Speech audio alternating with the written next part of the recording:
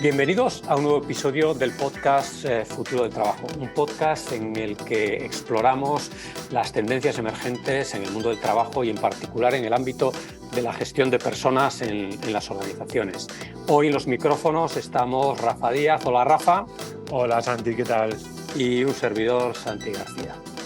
Hoy vamos a dedicar nuestro episodio a un tema pues, que está entre los temas de interés de los profesionales de recursos humanos de muchas empresas. Y es el tema de la analítica de personas, People Analytics, HR Analytics, Talent Analytics. Ahora en un momento pues, entraremos en si hay algunas diferencias o no entre todos estos términos. Para hablar de esta cuestión tenemos una persona que es una grandísima experta en este tema, que ya ha estado en anteriores ocasiones con nosotros y para nosotros es un placer tenerla de vuelta en este podcast, que es Beatriz Lucía, responsable del área de Talent Analytics del Instituto de Ingeniería del Conocimiento. Buenas tardes, Beatriz, ¿cómo estás? Buenas tardes, Santi. Hola, Rafa. Muchísimas gracias por invitarme otra vez. Estoy encantada de estar con vosotros. Para nosotros es un grandísimo placer también, ¿no? Como decíamos, bueno, dentro de poco te daremos la tarjeta platino. Mientras tanto, pues nada. Sí, ya está cerca. Te daremos una taza ya está cerca. Tenemos que hacer esas tazas, porque ya sois más de una persona que ya habéis repetido con nosotros y la verdad, bueno, pues que es un placer, ¿no? Tener un grupo de colaboradores frecuentes en este podcast. Bueno, como decíamos, el tema al que vamos a dedicar el podcast de hoy, el episodio de hoy, es un tema que tú llevas trabajando bastante tiempo, pero antes de entrar en el tema en concreto, a mí sí que me gustaría, para aquellos que no hayan oído los episodios anteriores que hemos grabado contigo, bueno, pues que te presentes y también aprovechemos para presentar un poco la institución a la que representas, ¿no? El Instituto de Ingeniería del Conocimiento. Sí, muy bien, pues lo hago muy rápido. Yo soy, como decía, responsable del área de Talent Analytics dentro del instituto.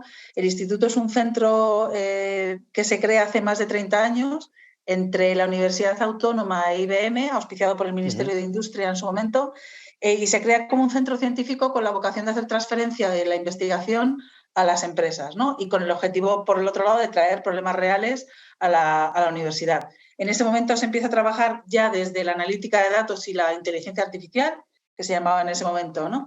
Y con vamos encontrando que las soluciones que va dando el instituto tienen cabida en el mercado y llega un momento en el que ya pasamos de ser un centro científico a ser una asociación sin ánimo de lucro, pero funcionamos como una empresa privada a todos los efectos. Vale. Y nos hemos especializado en distintas áreas de negocio: banca, salud, energías renovables, analítica de negocio, procesamiento de lenguaje natural, pero todo ello con el core de la analítica más o menos avanzada, depende del proyecto, por debajo, ¿no? Y en ese sentido, lo que es muy interesante en el instituto y lo que nos da muchas garantías a la hora de abordar proyectos es tener un equipo de científicos de datos que es cross a todas las demás áreas, que se incorporan a los proyectos dependiendo de la necesidad de la especialización en cada caso, ¿no? Y la multidisciplinariedad en este caso es necesaria 100% en este momento para abordar proyectos de este tipo si quieres hacerlos un poco complejos, ¿no?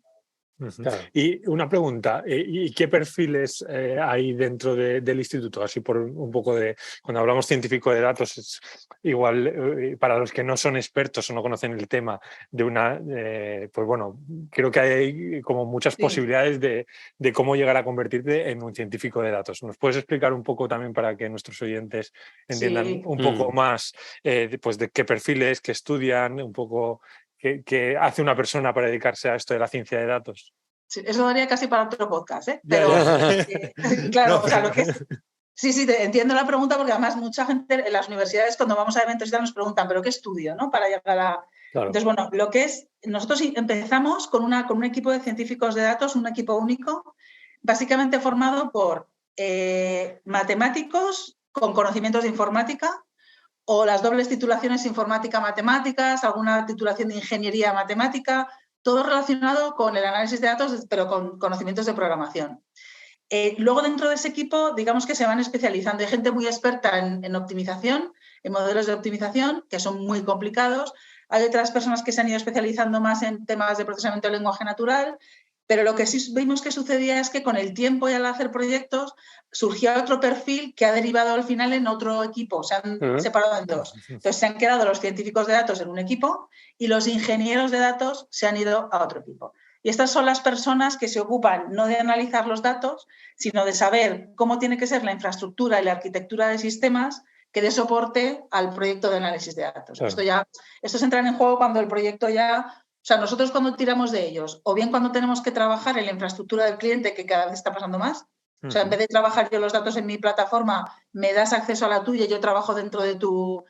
Y ahí sí necesitamos que nuestros ingenieros de datos hagan lo que tengan que hacer. Y luego en proyectos en los que tenemos que crear esas bases de datos o si el cliente no las tiene, ¿no? Entonces, ahora mismo tenemos un poco esos dos perfiles. Dentro de los proyectos, por ejemplo, de renovables, pues incorpora gente con conocimientos en meteorología. Claro. Dentro de los proyectos de salud contamos con un equipo de, me parece como, creo que es un ingeniero biomédico, que son titulaciones extrañas también, y algún equipo de médicos que colaboran. Y dentro del equipo de talent somos todos psicólogos y psicómetras y analistas de organizaciones. O sea, tenemos esa parte de conocimiento del negocio y del subject, ¿no? Pero apoyados en el resto. Entonces eso es un poco... La formación ahora mismo es que es muy variada, también te digo. Sí, luego hay una cosa que yo siempre digo, o sea, más que la formación, lo que marca la diferencia es la capacidad de aprendizaje que tenga una persona, porque son tremendamente autodidactas. O sea, se leen 2 artículos y se bajan una demo y ya saben hacer, a la media hora te están ya programando lo que sea. A mí me fascina. O sea, me deja, de verdad, es increíble. O consultan, hay comunidades enormes en las que consultan con otras personas que tienen las mismas dudas de ellos y se resuelven problemas, pero en media hora, o sea, que es una pasada, sí, o sea, que es un tema más de capacidades, de formación también, pero también mucho de capacidad de cada uno, ¿no? De interés. Sí, un campo totalmente emergente donde de alguna manera pues también se ven reflejadas estas nuevas maneras de trabajar de las que hemos hablado en episodios anteriores. Sí. Si quieres, Beatriz, por bajar ya al tema concreto, ¿no? del episodio de hoy, el Talent Analytics, cuéntanos un poco, ¿no? De qué hablamos cuando hablamos de Talent Analytics, qué tipo de cosas entran dentro de ese término, dentro de esa definición y qué tipo de proyectos, ¿no? os piden vuestros clientes o las empresas digamos que contratan los servicios del Instituto de Ingeniería del Conocimiento. Pues a ver, dentro del término People Analytics o Talent Analytics o HR Analytics, ahora si quieres te cuento un poco la diferencia que yo creo que veo de cada uno de ellos dependiendo de quién hable, ¿no? Claro. Pero yo creo que al final es una metodología de trabajo basada en obtener información útil y veraz en la que puedas confiar a partir de datos para tomar decisiones que impacten la organización. Y esa parte última yo creo que es clave porque auditoría de datos en recursos humanos se ha hecho toda la vida. Y que yo te cuente cómo de bien hago las cosas siendo recursos humanos es una cosa que ya conocemos, ¿no? Pero lo que hay que dar es el salto y ver cuál es el impacto que tiene recursos humanos en la organización. Y no solo en costes, que es a lo que estamos acostumbrados, ¿no? Sino ver. Y es muy raro encontrarte un cuadro de mando con medidas de impacto. Habitualmente hay métricas, KPIs habituales, ¿no? De auditoría, pero no hay medidas de impacto, no suele haberlas. Entonces, no sabemos cuánto peor es tardar 3 meses en cubrir una vacante que un mes. O si es mejor 1000 horas de formación que 2000. Es que son cosas que habitualmente no se ven, ¿no? Y luego, con respecto a la terminología, yo creo que cuando se habla de HR Analytics, yo lo vinculo más con la parte de la propia labor, la propia función de recursos humanos, un poco más esa parte de auditoría. Cuando se habla de Talent Analytics, hay empresas que hablan de Talent Analytics cuando se mete la parte realmente de evaluación de potencial, de desempeño, pues un poco los intangibles o las capacidades de la fuerza de trabajo. Y People Analytics tiene más que ver con talent, pero también a veces se baja cuando la analítica tiene como objetivo ofrecer algo al propio empleado. Es decir, yo quiero conocer cuál es mi trayectoria en la empresa y hasta dónde puedo llegar. Meto mis datos y me veo reflejado y veo dónde están mis compañeros y qué tengo que hacer para... Eso a veces se enmarca más en el término People Analytics, pero al final los utilizamos indistintamente, ¿eh? O sea que... Y se trata de eso, de aprovechar y sacar valor de los datos para provocar un impacto en la organización adecuada con la estrategia de la propia organización. Claro, porque el interés sobre el tema parece que va increciendo, ¿no? Lo que estamos viendo es que, bueno, cada vez se habla más del tema, usemos el término que usemos, ¿no? Pero al final se habla más de datos, de analizar esos datos. Se habla también mucho, ¿no?, de gestión basada en evidencias, que también, bueno, pues está vinculado con este tema de explotar los datos que nos permite la digitalización de más procesos de una manera más inteligente para tomar decisiones mejor informadas. Pero vosotros, ¿no?, desde vuestra experiencia, ¿a qué responde este interés creciente? ¿Es un tema de moda o hay algo más? ¿Se escucha más de lo que se aplica? Exactamente, porque se habla, bla, bla, pero luego, ¿no?, una cosa es lo que se habla y otra cosa lo que se hace. A ver, mi percepción es que va más despacio de lo que debería o de lo que a mí me gustaría y de lo que pensábamos que iba a ir, pero ya no es una moda. Yo creo que ya la gente que lo ha adoptado está instalada y ya han avanzado.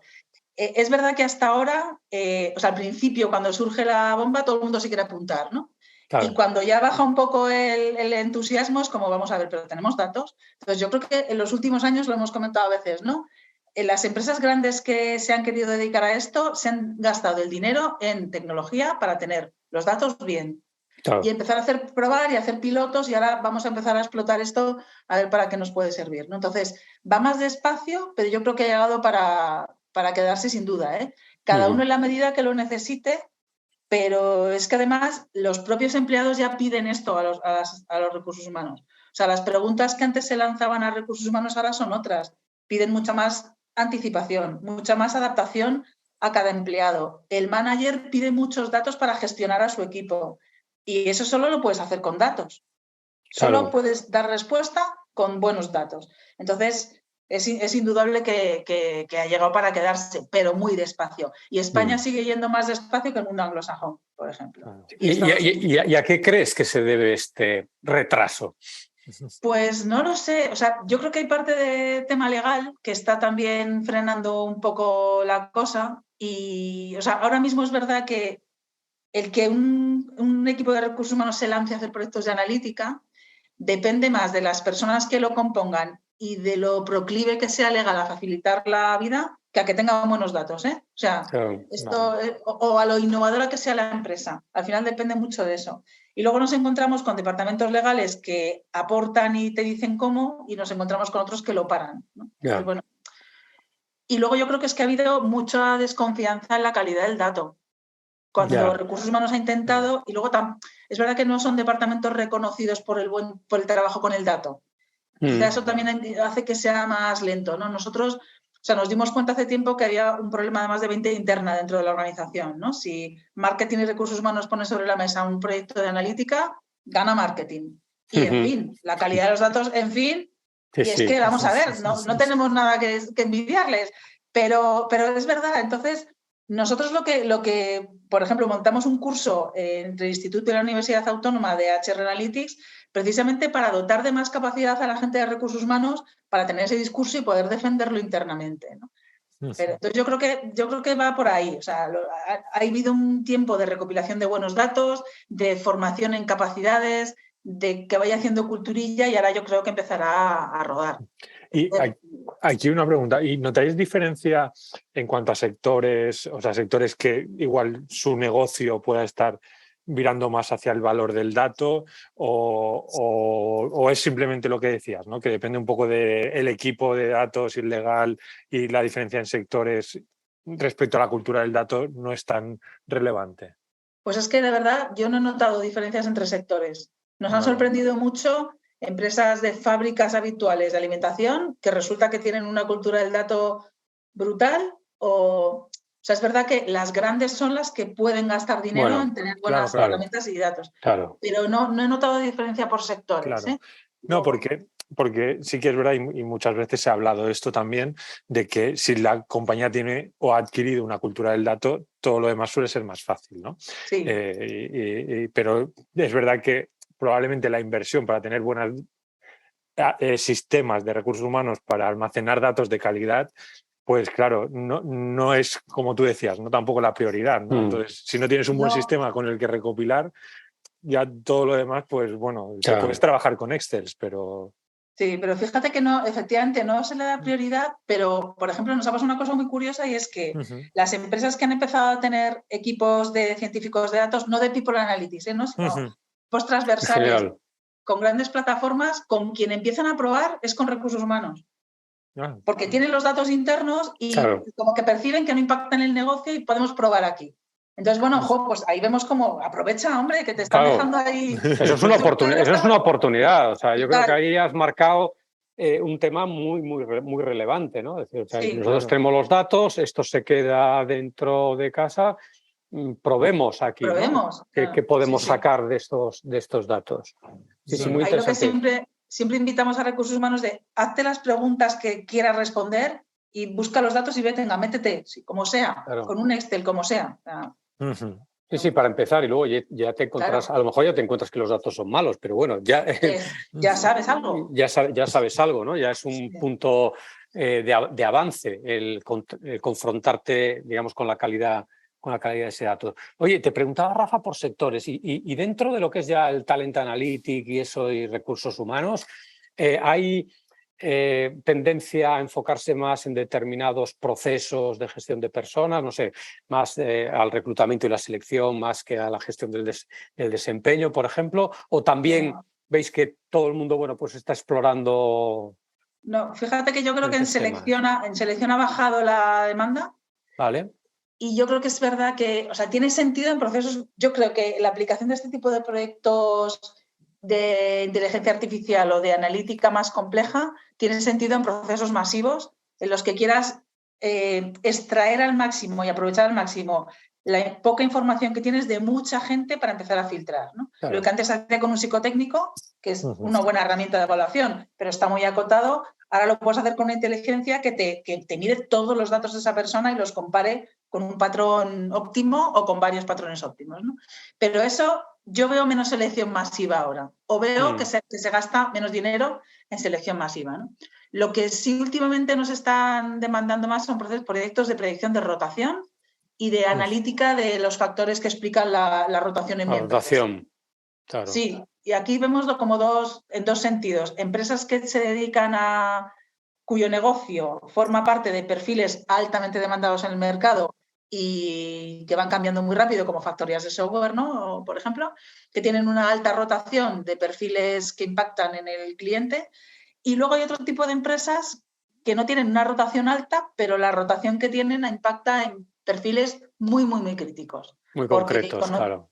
Claro, muy concretos, con un conocimiento específico vital para ese sector y que tardas mucho en que consigan tener esa formación, ¿no? Y eso también es otra de las cosas que estamos viendo.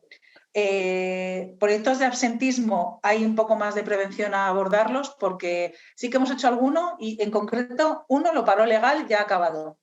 O sea que, bueno, es un poco información un poco más sensible, pero en fin, o sea, impacta directamente en la cuenta de resultados. Claro. El absentismo sí impacta realmente en el negocio, ¿no?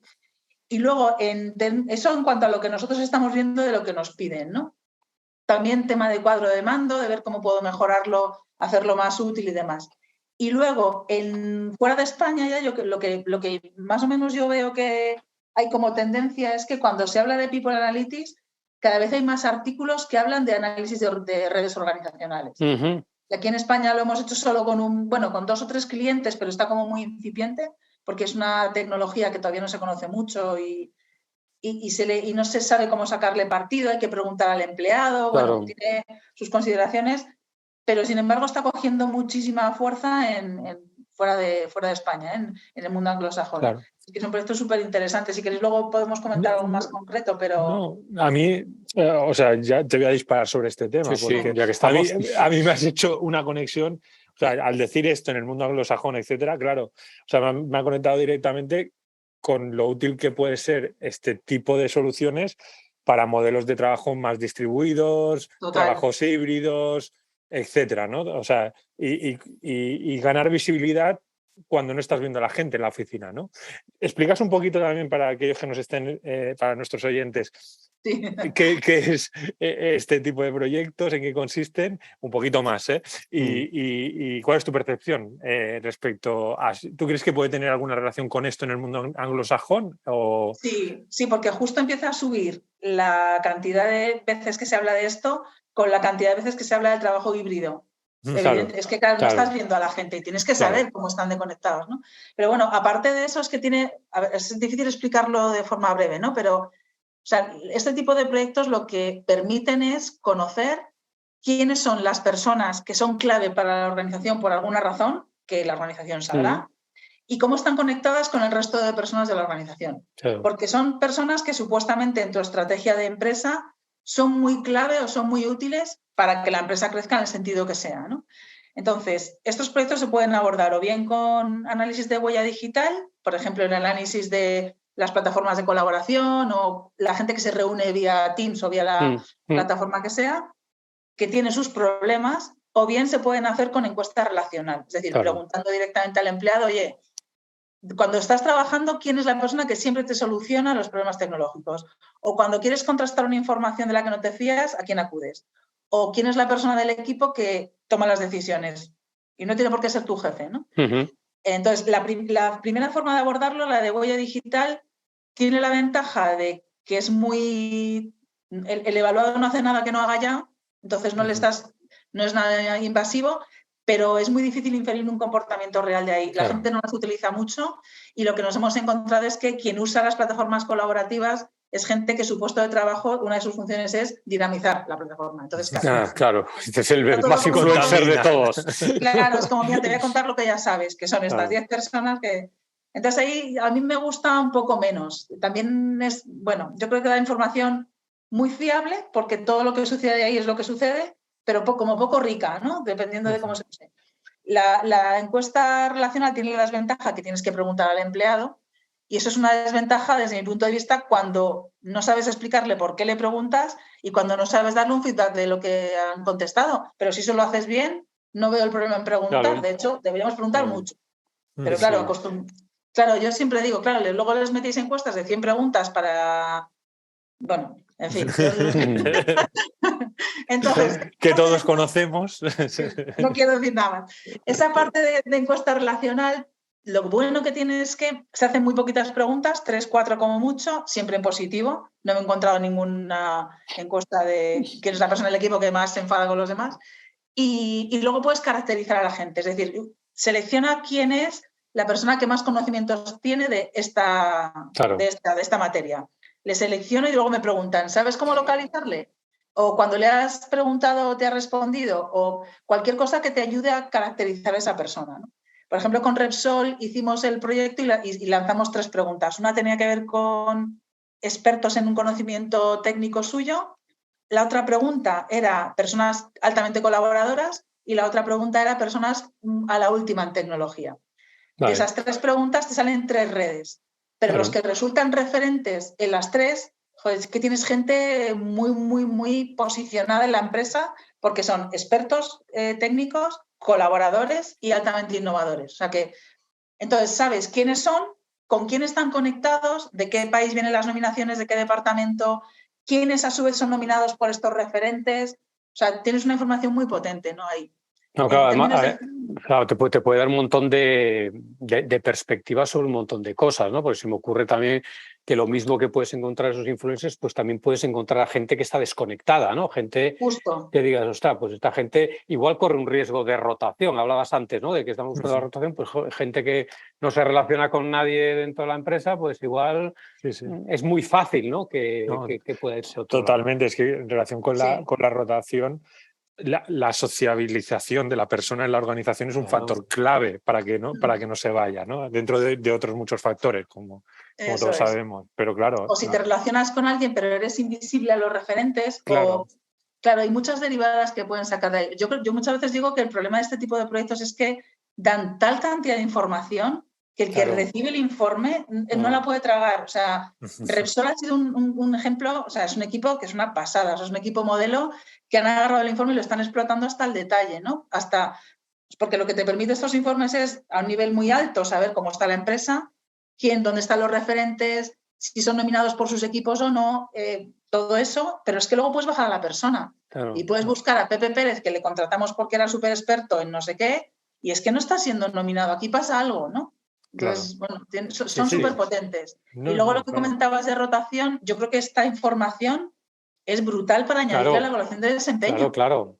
Que es mucho más espontánea, bueno, tiene muchas ventajas. Pero en España se está haciendo poco, ¿eh? Es que da miedo preguntar al empleado. Bueno, sí que es verdad que también el marco normativo, bueno, somos así muy proteccionistas, ¿no? Sobre todo en ese tipo de cosas, ¿no? Pero desde luego el tema que decías tú del uso de cuestionarios, yo creo que es fundamental, sobre todo en un contexto como el nuestro, en el que el trabajo 100% remoto es la excepción, ¿no? Entonces, si vas vía huella digital, pues sí, a lo mejor puedes encontrar cosas cuando todo sucede remoto, cuando todo sucede vía digital, pero ya en el momento en el que metes un componente presencial, ¿no? Vas a un modelo más híbrido, pues si vas solamente a la huella, pues te dejas fuera de la ecuación. Te dejas mucho. Información que puede ser muy relevante. Los cafés, las comidas. Efectivamente. Claro. Pero es que incluso cuando estábamos teletrabajando, alguna persona nos decía, pues es que este equipo se comunica por WhatsApp. Claro. O se llaman por teléfono, y es que claro, si es que es lo natural, ¿no? Sí. Bueno. Pero bueno, es una analítica muy, muy potente. Yo espero que vaya cogiendo fuerza y vaya proporcionando información, además, no habitual, que no es tan habitual, ¿no? Y en relación con esto, otra cosa que me conecta, ¿no? Que también hemos abordado recientemente también en otro podcast, que hablamos de la experiencia de empleado, ¿no? Se ha puesto ahora como es bastante frecuente ver en las organizaciones los pulsos, ¿no? Encuestas cortas, etcétera. ¿Tú crees que la adopción de este tipo de prácticas puede facilitar que este análisis de redes sea más probable? ¿O cómo lo ves? No sé tu percepción. ¿O es otra de esas cosas que se escucha más de las que luego se hacen? Lo de los pulsos. Sí, o sea, yo creo que de eso llevo hablando hace años y yo creo que hay empresas que han intentado como ponerlo y, bueno, no sé si siempre ha triunfado. Al final es que se instrumentaliza mucho la respuesta del empleado. ¿Esto para qué sirve? ¿Qué supone que yo diga algo de este señor? ¿No? ¿Cómo que sí estoy feliz hoy? ¿Pero qué me estás preguntando? Que también a veces, ¿no? Sí. Entonces, claro, yo no sé, yo creo que no está siendo muy extendido, igual vosotros conocéis más de eso que nosotros, pero a mí me da la sensación de que no se está extendiendo mucho el uso de este tipo de mediciones. No lo sé. Luego hay otra forma, por ejemplo, hay empresas que lo han hecho de una forma un poco más pasiva y es viendo, por ejemplo, las reservas de las salas de reuniones. ¿Quién la reserva? ¿Cuánta gente va? ¿Cuánto dura la reunión? Si es con gente de fuera o no.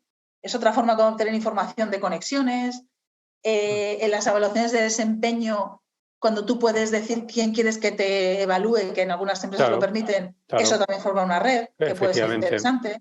Entonces, bueno, ahí sí que, no sé, yo creo que todavía está muy por explorar el uso que puede tener, pero es muy potente. Es una analítica basada en contar, o sea, que no es que tenga machine learning por debajo, no. Pero sí. Es volumen, pero al final lo que hace son sumas y restas y ratios, ¿no? Y analítica descriptiva, ¿no? Entiendo, ¿no? Sí, bastante básica. Está basada en analítica de redes, fundamentalmente. Claro. Hombre, aquí lo interesante es que desvelas una parte de la organización que permanece oculta normalmente, o sea, que no la ves. O sea, simplemente el hecho de voy a visualizarla, ¿no? La voy a poner encima de la mesa, ostras, de repente ves las cosas con una perspectiva totalmente distinta. Totalmente, es como ponerte unas gafas y además de información de gente a la que todavía no la habías escuchado. Es decir, realidad aumentada, ¿no? Ves a la organización y dices, ostras, pero si que está aquí en el organigrama tiene esta relación o tiene esta influencia sobre esta gente o la gente lo ve de esta manera. Sí, ¿sabes? Se encuentran también personas que conectan ellas equipos distintos que no estarían conectados si no fuera por esa persona. Y luego algún estudio que se ha hecho, algún proyecto antes de dividir la empresa físicamente en 2 edificios, por ejemplo, o de cambiar a 2 plantas, pues para ver qué conexiones se rompían. O sea, es muy, muy, muy potente, muy potente. En Repsol, desde luego, lo hemos hecho ya durante 3 veces y la última hubo un cambio. Crearon unos centros de excelencia agrupados por conocimiento y nos pidieron ver si esa agrupación en centros de excelencia impactaba en la red actual ahora comparado con antes, ¿no? Porque es súper interesante ver todo eso, porque las medidas que tú tomas de alto nivel, que es voy a crear centros de excelencia, pues que tengo datos para demostrar si está funcionando o no. Claro. De toda la organización, o sea, es muy potente, ¿no?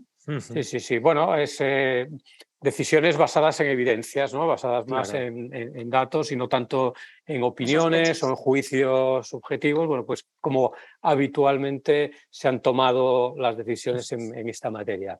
Oye, Beatriz, y una pregunta, ¿no? En todo esto, ahora, bueno, pues en estos meses, semanas, días, estamos todos aquí un poco apabullados con la llegada a nuestras vidas de esto que le llaman la inteligencia artificial generativa, el ChatGPT y todo el resto de modelos, ¿no? Estos grandes modelos de lenguaje que están cambiando pues mucho lo que es la relación de las personas con la tecnología. ¿Esto está teniendo ya algún impacto en el campo del People Analytics? Y si no lo está teniendo, ¿anticipáis que puede tenerlo a corto plazo? Pues es que... o sea, tengo que responderte que no tengo ni idea. Nosotros tampoco. Honestamente, es que va a una velocidad. O sea, no me ha dado tiempo ni a pensarlo. O sea, sí que creo que algunos puestos de trabajo van a cambiar y, por tanto, la gestión de recursos humanos también, porque van a tener que gestionar a perfiles distintos. Pero con respecto a la propia función, no sé hasta dónde puede llegar. Yo creo que esto es la típica tecnología súper abierta, súper distribuida, que va a empezar a haber gente muy ingeniosa y muy creativa que empiece a sacar casos de uso constantemente. Y hay que estar abierto a utilizarla y a explotarla. Y solo utilizándola es cuando vamos a descubrir para qué me puede servir, ¿no? Claro. Ahora mismo el problema es que si tú subes tus datos, pues los estás soltando a no sabes quién. Entonces, pues depende de para lo que lo quieras utilizar. No, sí que se sabe a quién y muy lo que bien, no sabes ¿no? es para qué, ¿no? Claro. Exactamente. ¿Cómo los acabará usando? ¿A quién se los está soltando? Sí que lo sabes. Porque, claro. por ejemplo, ChatGPT es OpenAI, que es Microsoft. O sea que, entonces... Lo que pasa es que es verdad que en el mundo que vivimos, hoy es Microsoft y mañana a lo mejor lo compra Trump. Sí, claro. Ese es uno de los grandes riesgos. No, os empiezan a vender paquetes de datos para hacer cosas que no sabemos. Justo. Entonces, desde luego, lo que en nuestro caso ha cambiado, por ejemplo, es cómo selecciona nuestro científico de datos cómo hace la selección para que alguien entre en el instituto, en el equipo de científicos de datos. Qué bueno. Claro, Álvaro antes hacía un proceso previo con casos de uso y tal, y si eso lo superaba ya lo llevaba al instituto y hacía una prueba oral de defensa de algún caso y tal. Además, claro, lo hace con tanto cuidado que entra gente excepcional, ¿no? Y lo que se ha venido dando cuenta es que, joder, me decía, es que los casos que pongo los meto en el chat y es en el GPT y me los saca. Entonces, claro, ya no puedo hacer esto, ya no me vale. Esas pruebas para programadores, desde luego, habrá que buscarse la vida para hacerlas de otra manera, ¿no?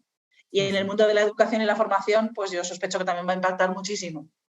Sí. Y lo que desde luego yo creo que sí va a demandar es gente, o sea, esto va a tener que ser validado por gente muy experta en el contenido que quieras extraer de ahí, porque no siempre te dice cosas científicamente comprobadas, ¿no? Se lo inventa o tal. Entonces, claro, tienes que tener gente que sepa de lo que está hablando para validar que eso está bien si quieres meterlo realmente en alguna toma de decisión real. Pero que es que incluso es todavía más complejo de lo que tú estás diciendo, porque nosotros hemos hecho bastantes pruebas, ¿no? Estamos sometiéndolo a pruebas, ¿no? Entonces, lo que estamos viendo es que es muy bueno y cuando falla no te das cuenta. Por eso entonces, ese es el gran riesgo, porque puede fallar de una manera muy, muy, muy grande, pero puede que sea imperceptible si no eres experto. Entonces, claro, nosotros le hemos sometido a algunos test y le hemos hecho algunas perrerías, ¿no? al ChatGPT. Y lo que vemos es... Sí. Te lo habéis estrujado, sí. Sí, y estamos viendo precisamente eso. O sea, que hay muchas veces que los outputs, son buenísimos, aunque siempre tienes que revisarlo, siempre modificas cosas, siempre...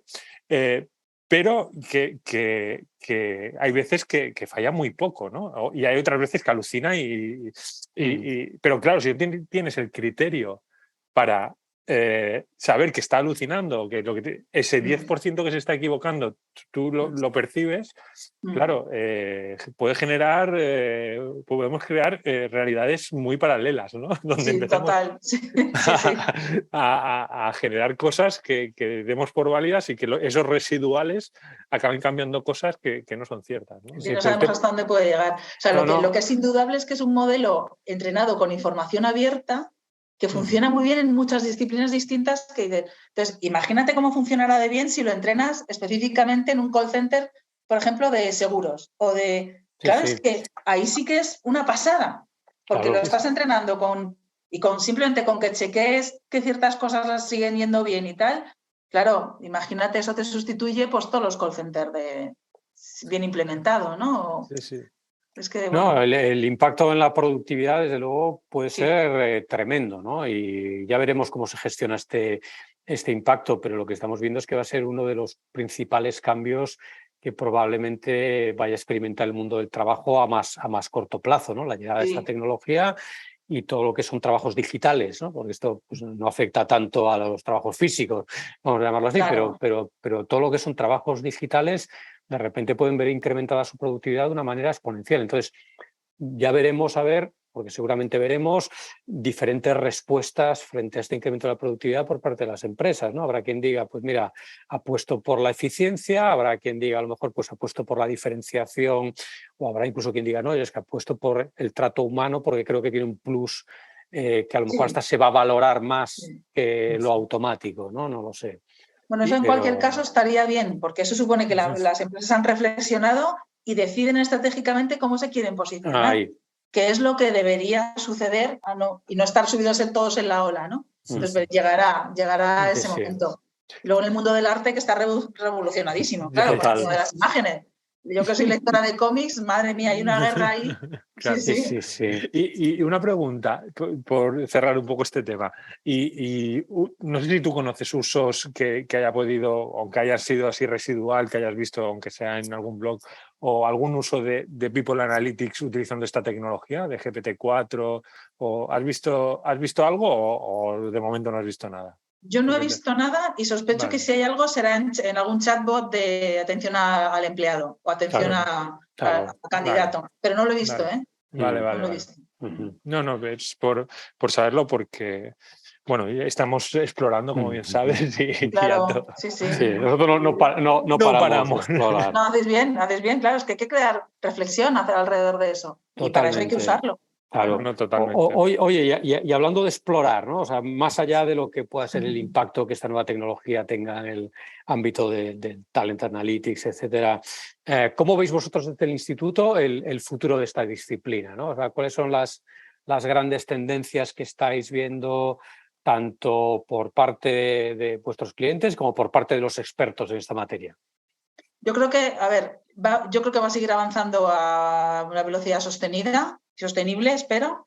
Las grandes empresas, como os comentaba, están ya conformando sus propias infraestructuras y ecosistemas para trabajar dentro, lo cual nos da mucha tranquilidad porque todo el trasiego de datos complica el proyecto, ¿no? Siempre que puedas trabajar dentro, y en este sentido irán teniendo cada vez más datos y cada vez más preguntas que hacer a los datos. Pero sí que hay una cosa en la que yo creo que hay que trabajar y no se ha trabajado aún, y no tiene nada que ver con la tecnología, ni con el científico de datos, ni con la psicometría. Y es cómo vas a meter esto dentro de tu práctica diaria en la organización. O sea, ahora mismo ha habido muchas empresas que han creado algoritmos que ya los tienen y lo que cuesta es ponerlo en marcha. O sea, ¿esto quién tiene que usarlo? ¿Qué información hay que darle al que lo va a usar?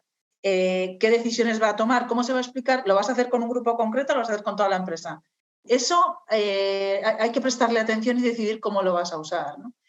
Y luego, con respecto a cómo veo yo creo que crecerán los proyectos de análisis de redes. Creo que sin duda, cuando se empiece a ver la potencia que tienen y una nueva forma de conseguir información diferente, se van a tener que pegar con ese tipo de datos. Y luego pasa porque Recursos Humanos empieza a posicionarse de forma que sea capaz de medir su impacto en la empresa. Yo creo que tiene que ir por ahí, ¿no? Son reflexiones interesantes, ¿no? Porque sobre todo desde la perspectiva de la transparencia, ¿no? De lo que se hace con estos datos y cómo se aplican los algoritmos. Es verdad que aquí ya tenemos pues una normativa en España, pero realmente a veces es difícil, ¿no? Porque, bueno, pues según qué algoritmos es difícil de explicar por qué llegan a esas conclusiones. Sí, perdona, Santi, porque me estoy pasando ya de tiempo, pero es verdad que, o sea, el tema de la explicabilidad nosotros llevamos trabajándolo años, porque desde recursos humanos nos parece que es que solo pueden ser utilizados de esta forma, porque tienes que saber, y eso es complicado matemáticamente, pero bueno, hay que ir por ahí. Pero es que ya nos hemos encontrado al menos con una empresa que nos ha dicho, no, es que yo aquí no puedo implementar ningún algoritmo que no tenga un modelo de explicación por debajo, está prohibido en mi empresa. Hombre, pues mira, qué bien, ¿no? O sea, porque eso te obliga a ser muy transparente, a meter los datos que tienes que meter, a saber cómo funciona, o sea, va todo en aras de un mejor uso. Bueno, y que además la transparencia probablemente te lleve a tener mejores datos, ¿no? Porque en el momento que la cosa no es transparente, depende de cuál sea el origen de esos datos, pues esos datos van a venir sesgados de alguna manera, ¿no? Sí, sin duda. Sí, no, totalmente. Bueno, pues la verdad es que sí, nos hemos comido el tiempo sin darnos cuenta, como suele pasar, pero la verdad es que ha sido fantástico. Yo creo que nos has abierto mucho los ojos, pero a mí sí que me gustaría, antes de despedirnos, una ultimísima pregunta, y es que si alguien que nos está escuchando pues todavía no ha probado, ¿no?, esto del Talent Analytics, no se ha decidido a aplicar tecnología para explotar los datos que puede tener ya a su disposición dentro de su empresa, ¿tú qué consejo le darías, ¿no? O sea, ¿por dónde empezar? Yo empezaría por hacerme las preguntas que quiero conocer. O sea, empezaría por conocer qué necesita mi empresa y qué preguntas tengo yo que responder para dar respuesta a lo que mi empresa necesita. A partir de ahí, qué datos necesito y cómo los exploto, ¿no? Lo que sí recomendamos es que el equipo esté conformado por gente de distintas áreas de la organización. Vas a necesitar que esté la gente de sistemas, que son los que tienen normalmente los datos guardados.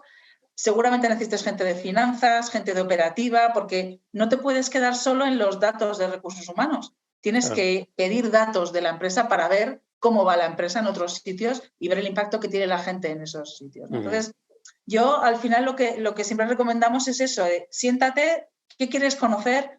Mira a ver qué datos tienes y a partir de ahí empieza con un piloto acotadito para el que tengas datos y sea una pregunta muy crítica para la empresa. Y si eso tiene buenos resultados, te va a abrir muchas puertas, ¿no? Y pide ayuda, porque un proyecto de People Analytics una persona sola es muy complicado que lo saque.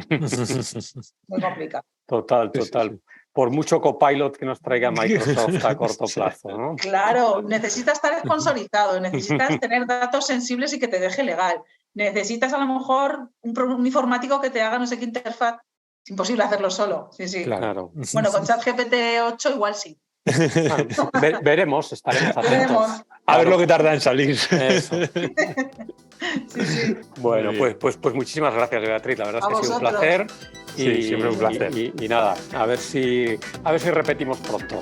Eso, muy bien. Muchísimas gracias. Un abrazo. Venga, hasta luego. Chao.